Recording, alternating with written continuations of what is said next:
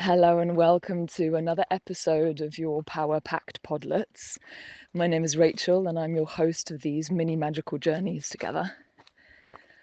So as I'm recording this, it's early in the morning and I'm out on a morning fasted walk before the sun has fully risen over the trees, which is great because here in Spain at this time of year it's pretty hot and once the sun's out it's baking hot. And today's subject, what I'm bringing to the table today, is money. Let's talk about money. Let's talk about the process of stretching your capacity to receiving and holding greater amounts of money on a regular basis. Because I see quite a lot of people, when it comes to manifesting more money, focusing on one-offs. So let's get a one-off, tax rebate, or a one-off high ticket payment, or a one-off inheritance thing that comes through, and it's like, wow, I manifested this chunk of money that wasn't a normal amount to be receiving on a monthly basis. I'm talking not about the one-offs. I'm talking about normalizing, receiving and holding more on a regular basis, and that then makes logical sense to you. So I want you to think, or I invite you to think of what is currently normal for you, what makes logical sense to be coming in on a regular basis. You don't really question it because you've been living it for however long. Maybe it's directly linked to what was normal in your childhood growing up as well. This is what we're talking about, that whatever number currently feels like a big stretch, that then becomes so logically normal for you, you don't question it. It's coming in on a regular basis, you're holding it with ease, and then you're focusing on the next stretch up. So there's two parts to this conversation. The first part, I know you already know. It's about holding the duality, not of wanting and desiring more, of choosing more. Very different frequency. Wanting and desiring more, those of you who are familiar with the yamas and the niyamas in yoga, it's that wanting and desiring more. It's a frequency of lack. Because what wanting and desiring more is, it's telling you don't have enough in the present moment, and you will only have enough and be happy and whatever it is that you want when you get to the thing that you think that you need.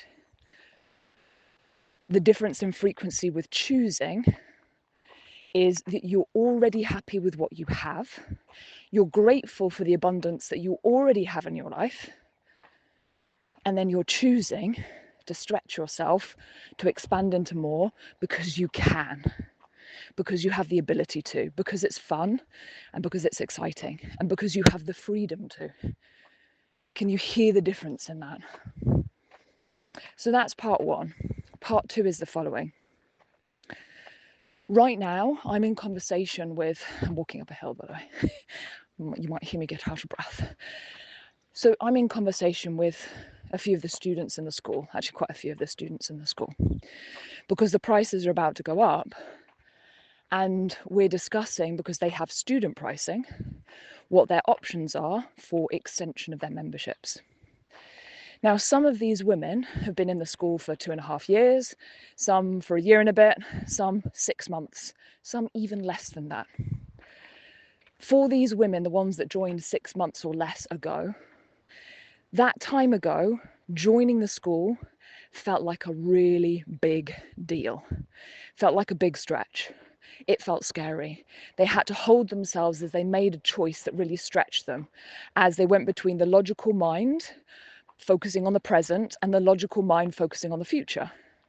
Yeah, because that's really what it is. What does logic tell you based on what you have now versus what does logic tell you is right for you based on where you're going? And so they've led themselves through that decision, join the school, which that in and of itself creates a transformation, making that decision. And now, only a few months down the line, they're already, thinking it makes logical sense to extend for more time. So what's happened here? What used to feel like a scary stretch now feels like they're normal. And you might be thinking, but Rachel, this isn't about receiving more. Receiving and giving, it's that similar, we have to have that balance between the two. between the yin and the yang, for you to give to another, really from an embodied place, you must be capable of receiving as well. You must know what it is like to receive. It's exactly the same with money. It's not just about feeling safe making the money, it's about feeling safe moving those numbers. That feels normal and logical in your nervous system. So if you are not comfortable with moving those numbers around, it's only normal that your capacity in your nervous system and your belief systems about receiving that is not there yet. And I'm not saying that you have to constantly invest and be stupid or ridiculous with investments and throw your money around. It's about actually leaning into stretching yourself in the arenas that are going to make a difference and make logical sense based on where you're going. So right now, there are women in the school for whom 6 months ago, had they made the other decision of not coming in, would not have normalized greater levels of income and wealth by this point. It would not now feel safe for them in their nervous system to be thinking, well, of course it makes logical sense, I'm going to be making considerably more, so it's easy for me to make this type of investment. We think that we have to make the money and then invest.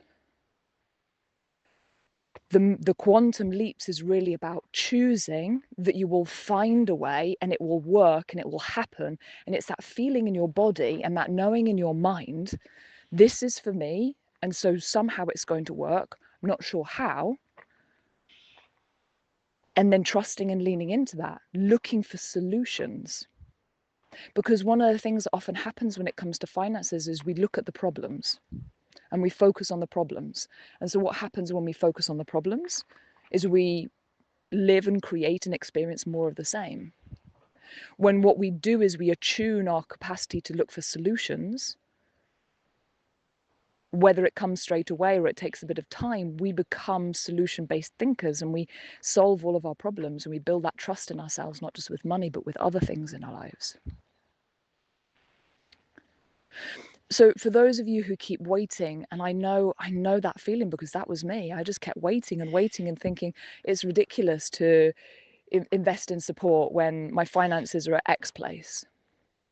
Until one day something clicked in me. And it is that. It's not about being convinced by another person.